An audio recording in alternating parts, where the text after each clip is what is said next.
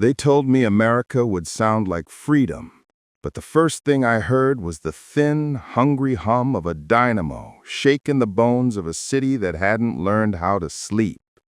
I had just stepped off the Saturnia with a coat too light for New York wind and a head full of borrowed words when I saw him. Tall, hollow-cheeked, eyes lit as if an invisible storm lived behind them. Nikola Tesla did not walk so much as he measured distances, as though the cobblestones were an equation and each step solved a part of it. When his gaze lifted above the unfinished statue with its ribbed torch and scaffolds like an iron nest, I knew at once that his future was not the harbor or the island or even this nation. It was the sky itself. "Do you hear it?" he asked me, and I did not know whether he meant the gulls or the engines or the tremor inside my chest. "The hum," he said before I could answer. "This city vibrates with appetite."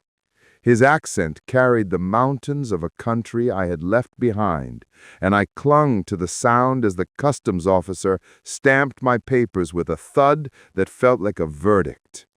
We were two men stepping into the same bright mouth. He believed he was entering a new order of nature. I believed I was entering a job.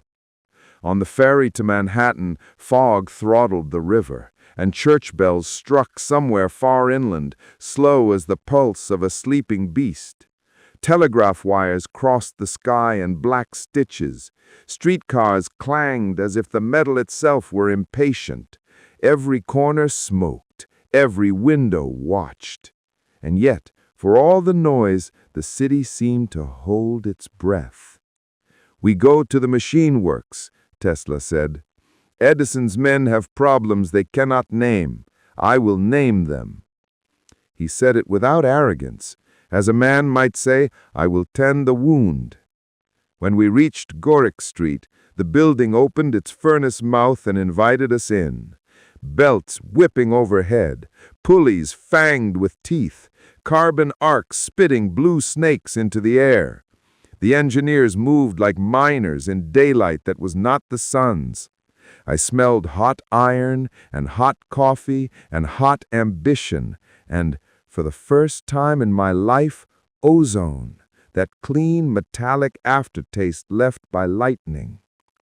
Edison stood at the far end of the hall, stocky and unblinking, his hair lifted by the halo of static his presence seemed to breed. He did not loom, he bore down. The closer you came, the more you felt the gravity of a man who had learned how to turn curiosity into currency. When he finally faced us, his expression said that he had seen 1,000 arrivals and measured each one with the same instrument. Will they help me make tomorrow profitable? "This is the one from Paris," Charles Batchelor said, clapping Tesla's shoulder. "Redesigned dynamos there. Promises not to sleep." A squint, a nod, a testing half-smile. "We don't pay extra for insomnia, but it helps." He gave Tesla a knot of problems as if handing him a wad of tangled wire. "Make these dynamos run cooler. We burn belts, we burn carbon, we burn hours. Every spark is money leaving the room." Tesla bent to the work and did what I would watch him do again and again. He listened. He pressed 2 fingers to the casing of a whining machine as if to the neck of a fevered child. He laid his ear against the housing and shut his eyes, and the rest of the world slid off him like rain off oiled leather. When he spoke, it was quiet, certain. "Your commutator brushes chatter at high load. Your field is uneven, and you ask direct current to travel farther than it wishes." Edison's eyes flicked, amused. "DC travels as far as I tell it to." Tesla glanced up. "It obeys the laws of loss, not loyalty." Then his tone softened, almost apologetic. "I can make your DC machines better, but one day, soon, AC will carry power like a river carries silt. long distances, small sacrifices. Someone snorted. Someone else said, alternating current is a saw blade against the flesh. The laughter was not cruel, only practical. I learned quickly that in Edison's building, the blood that mattered was the ledgers. And still, Tesla worked. He worked as if hours were not real. He gave the dynamos new bearings in steadier brushes and breath to let the heat out. He soothed them with symmetry. He whispered to the iron, and it listened. Men who had laughed now kept quiet respect. This foreigner in a thin coat could coax output like a priest coaxes confession. Edison, who rewarded results, came near at midnight, palming the sweat from his brow. 50,000, he said, for a set of improvements that would make the machine sing and the money sing louder, if you can fix the whole of it. Tesla nodded, not smiling. He did not smile because the number did not tempt him as much as the problem did. But I smiled for both of us. 50,000 was a number so large it could freeze a man in place like a winter lake. For weeks, I poured coffee and fetch-sprinted across the street for parts. I slept between crates. Tesla did not sleep. He drew equations on the backs of envelopes and chalked circles on the brick. He traced imaginary currents with his forefinger, sending them through coils that did not yet exist. When a motor misbehaved, he coaxed it with that particular tenderness of his, the tenderness of a man who believes that matter has secrets it will whisper if you remove your pride and hold still.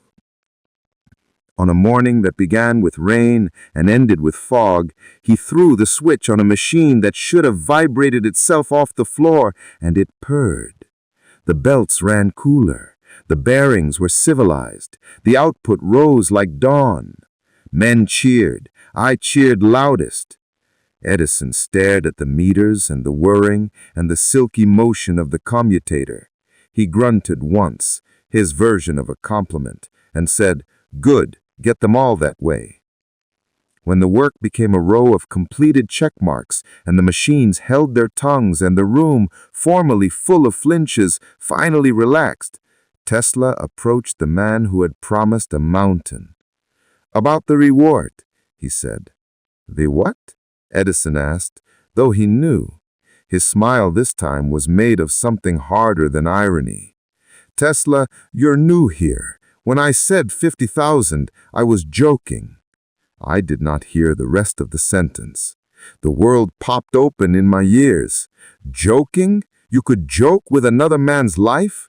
You could joke with a number that contained the future of an immigrant and the bread in his pockets and the light in his room? Tesla did not raise his voice. "Mr. Edison, in my country, a man's word is currency. In my country, cash is currency. If you want a raise, you'll get one, but dreams don't draw a paycheck."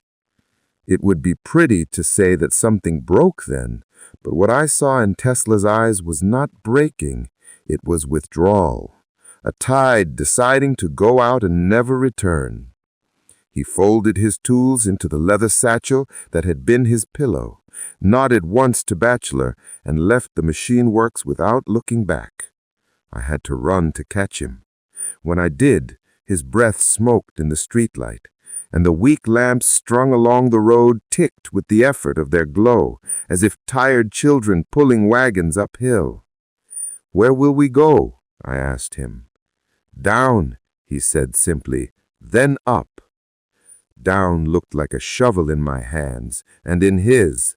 Western Union hired crews to cut trenches for cables, and there we were, two men who had tuned iron to sing, now carving cold earth so other men's voices could travel.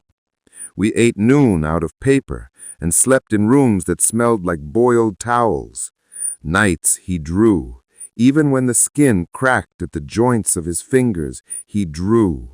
Motors without commutators, fields chasing each other at right angles, coils that hummed like prayer. "Luca," he said one night, holding two nails and a horseshoe magnet, You can make a wheel turn with nothing to touch it but a field. You can make distance behave. People will not believe until they see their own walls flicker with faraway power. But when they see, they will forget disbelief as easily as a man forgets darkness when he lights a lamp.